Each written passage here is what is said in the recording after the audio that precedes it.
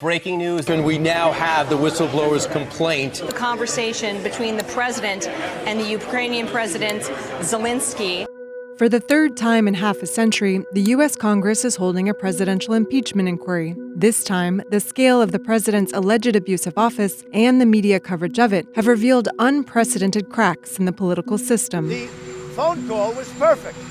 Just read the transcript of the phone call. It's the transcript that the president keeps telling us to read. What we have here isn't just the president asking a foreign power to intervene in a U.S. election. He is conditioning things that foreign power wants on the willingness to do this interference. He has opened himself up to all kinds of political problems.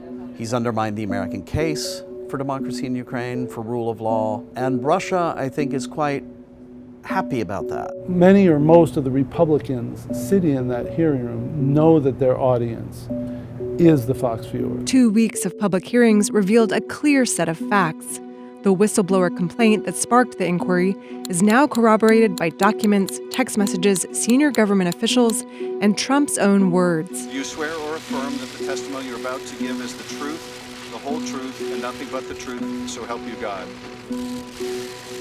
In a July 25th phone call, Trump pressed the Ukrainian leader to investigate his political rival, former Vice President Joe Biden, his son, and a debunked theory that Ukraine meddled in the 2016 election. Trump is accused of temporarily withholding millions in military aid and a White House visit to try to get what he wanted. Was there a quid pro quo? The answer is yes. I want nothing. I want nothing.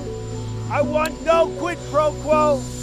Tell Zelensky, President Zelensky, to do the right thing. So here's my answer. I want nothing. I want nothing. As we sit here and talk about this in our comfortable office, Ukrainian troops are on the front lines in eastern Ukraine, fighting and dying. Ukraine is on the front line in the conflict with a newly aggressive Russia. If Ukraine, the cradle of Slavic civilization predating Moscow, succeeds as a freedom-loving, prosperous, and secure democracy, it gives us enormous hope that Russia may one day change. The United States has decided that having a democratic world is in our interest.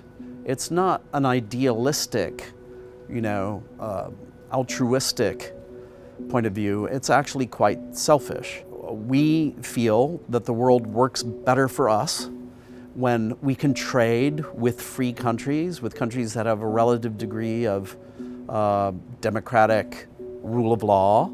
Those efforts traditionally are made by career diplomats. But in the Trump administration, non-traditional actors have been empowered to dictate policy. Among them is Rudy Giuliani, the president's personal lawyer who Trump told the Ukrainian president to talk to. In that same July 25th phone call, he said, Mr. Giuliani is a highly respected man. He was the mayor of New York City, a great mayor, and I would like him to call you. Rudolph Giuliani. Mr. Giuliani. Mr. Giuliani. Rudy Giuliani. Mr. Giuliani. President Trump directed us to, quote, talk with Rudy. If you have somebody like, say, Rudy Giuliani out there pursuing his own agenda, those foreign officials on the other side begin to wonder what they have to do to make the Americans happy. It's invited foreign powers all over the world to cultivate favor with the president on a personal level.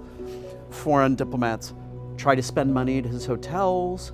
For example, the Chinese gave trademarks to his daughter Ivanka. So what we've seen is an extraordinary personalization of American foreign policy, because then people know, these other foreign powers know, it's not about a set of principles, it's not about a set of policies, it's about the whims of this one person. And that is really, really damaging.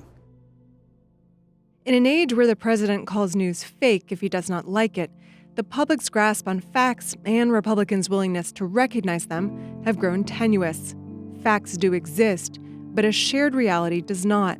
Your view may depend on the channel you're watching. All the cable networks use one feed for their coverage, and that's C-SPAN. C-SPAN has 7 cameras in the room, and they feed all the cable channels. The shots are all the same. The split screens are all C-SPAN. But the Fox News, CNN, MSNBC, they all put their own graphics on the screen.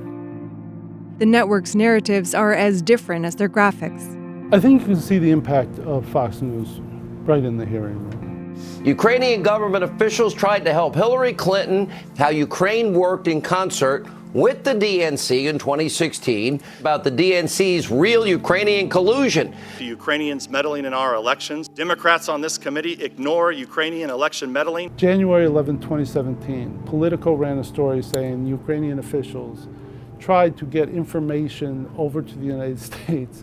That article alone has been cited, hundreds of times by Sean Hannity as corroboration for his claim that the real collusion in the 2016 election was between the Democrats and Ukraine, not between Russians and Donald Trump. However, I do want to point out that the crux of the article here by Mr. Vogel is he said there was little evidence of a top-down effort by Ukraine. All of the evidence shows that Russia, not Ukraine, systematically attacked U.S. democratic institutions in 2016. Yet the Ukraine theory will not die. Based on questions and statements I've heard, some of you on this committee appear to believe that Russia and its security services did not conduct a campaign against our country, and that perhaps, somehow, for some reason, Ukraine did. This is a fictional narrative that has been perpetrated and propagated by the Russian security services themselves.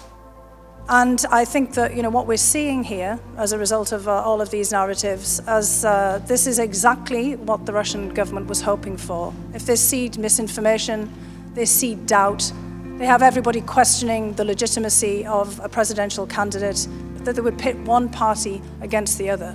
Our nation is being torn apart. Truth is questioned.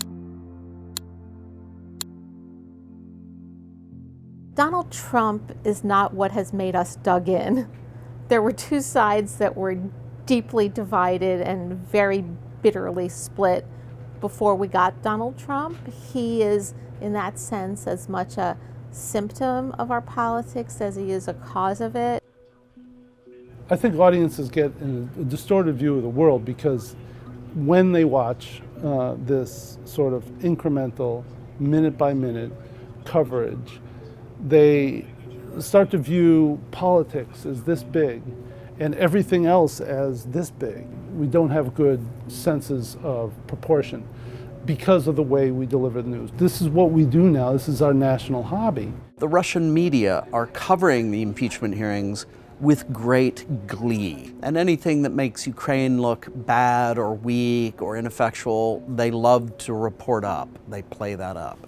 Anything that makes Trump look corrupt or confused, they play that up because that's the image of the United States they want to project. So for Russia, this is a real boon. They're really getting a lot of mileage out of it. You can certainly imagine a world in which Democrats find themselves worse off politically, especially with an election around the corner, than they would be if they had just turned a blind eye and let this go. From my point of view, this was the kind of thing that if you get this information and you ignore it, then what is it that you're doing? You've sworn an oath to uphold the Constitution. And as Chairman Schiff said in the hearings, if this isn't an impeachable offense, then what is? I think that's a really good question, and I have not heard the Republicans' answer to it.